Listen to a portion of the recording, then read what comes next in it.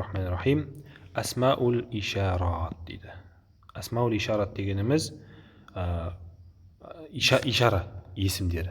Ishara deymiz бұл аналар деген сияқты. Mana hada desең, onda не болады? Ism ishara ғой негізі. Hada толибун, бұл студент. Хаулаи енді бұл олар, студенттер. Хадихи бұл әйел тегіне, толибатун студент әйел. Хаулаи толибатун бұл әйелдер студенттер. Бұлар студент әйелдер. Әл-калимату джадидату жаңа сөздер дейді. Az-zawju дегеніміз күйеу, жұбай.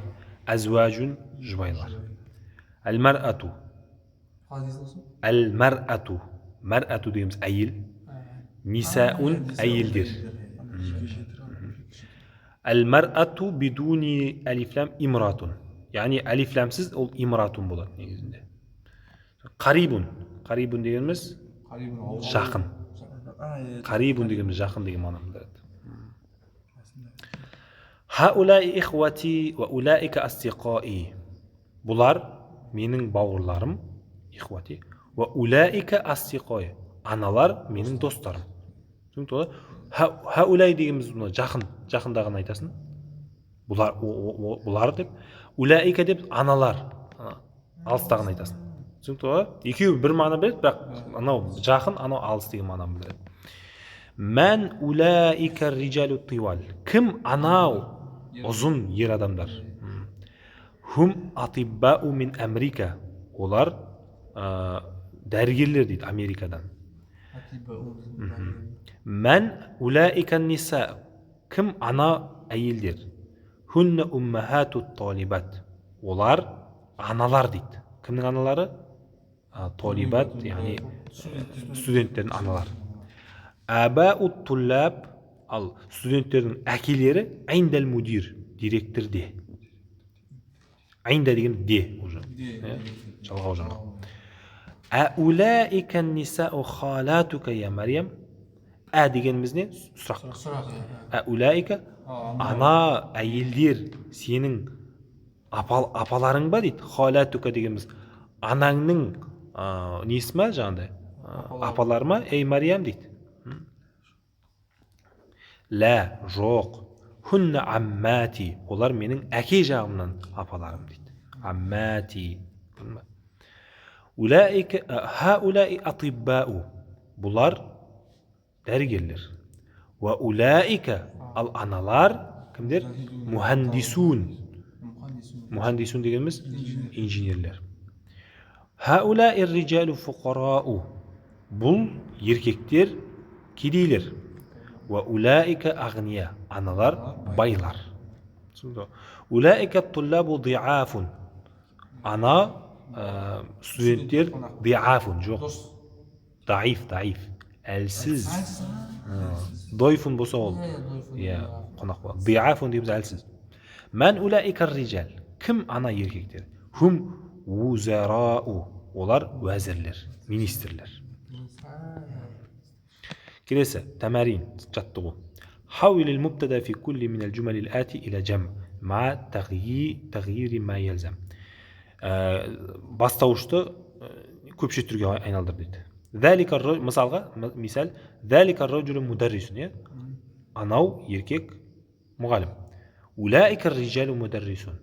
Ана еркектер мұғалімдер. Енді бірінші, мән дәликәл фәта. Кім анау жас бала? Енді осыны біз көпше түрде айтатын болсақ. Мән улаикәл фитяту. Екіншісі, мин әйна дәликәл мударрису. Қайдан анау мұғалім? Сонда осыны біз көпше түрге айналдырсақ, мин әйна улаикәл мударрисуна. Тұғда? Үйсіз кете береді, осыны толығымен жасап шығамыз. Келесі, екінші тапсырма. Әшір иләл әсмәил әтияти би исми ишаратин лил баид. Келесі есімдерге алыстағы ишараменен не істейсіңдер дейді? Айтасыңдар дейді. Алыстағы ишара дегеніміз қалай? Зәлика еркектерге, тилка әйелдерге, улайка көпше түрі. Енді толибун біріншісі не деп тұр? Толибун қандай залика. Толибун дейміз еркек қой. Залика береміз. Екіншісі тижарун. Туджарун. Улайка болады. Көпше түрі, иә. Мударрисатун. Тоже көпше түрі емес. Иә, көпше түрі. Улайка мударрисатун. Табибатун жадидатун. Жоқ. Тилка болады. Әйелі ғой. Я, бұл тапсырма түсінікті. Үшінші тапсырма келесі. Хатил жам'ил калиматил атия. Келесі сөздердің көпше түрін алып кел дейді. Уммун. Я, ананың көпше түрін айтамыз. Уммахатуна. Абун. Абаун. Имраатун. نساء عمات ضعيف ضعاف وزير وزراء اسم أسماء келесі төртінші тапсырма астиқау көрдіңдер ме бұл жерде садиқтың несі көпше түрі ағнияу ғанидың көпше түрі ақуияу қауидың көпше түрі қауи дегеніміз не күшті. Ақуя күштілер.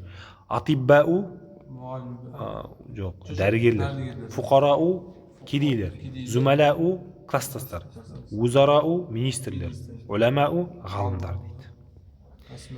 Асмаул ишарату лил баид. Енді алыстағы есімдер дейді. Әл-муфрат уәл жама. Жекеше түрі және көпше түрі дейді. Музаккар. Залика деп айтамыз, иә? Толибун. Музаккар дейміз ертек. ذلك طالب أولئك طلاب تلك طالبة أولئك طالبات. Енді бұл жерде ертегі ذلك болса, әйелтегі тилка болады, көпше түрі екеуінікі бірдей. Келесі Мұхаммадун зәхаба. Мұхаммад кетті, иә? Енді зәхабаның көпше түрі болса, мысалы Мұхаммадун, Хамидун, Алиюн, үш адам кетті деп айтатын болсақ, зәхабу деп айтамыз. Мәриям, әйел адам, зәхабат кетті. Артына та қосамыз, иә? Енді соны көпше түрін айтатын болсақ, Мәриям, Амина, Фатима, зәхабна. Көрдің бе? Бұл жерде умен не істемейміз, созбаймыз. Зәхабна, нун қоса саламыз болды. Келесі бізде жаңа сөздер. Даифун, негізінде даифун.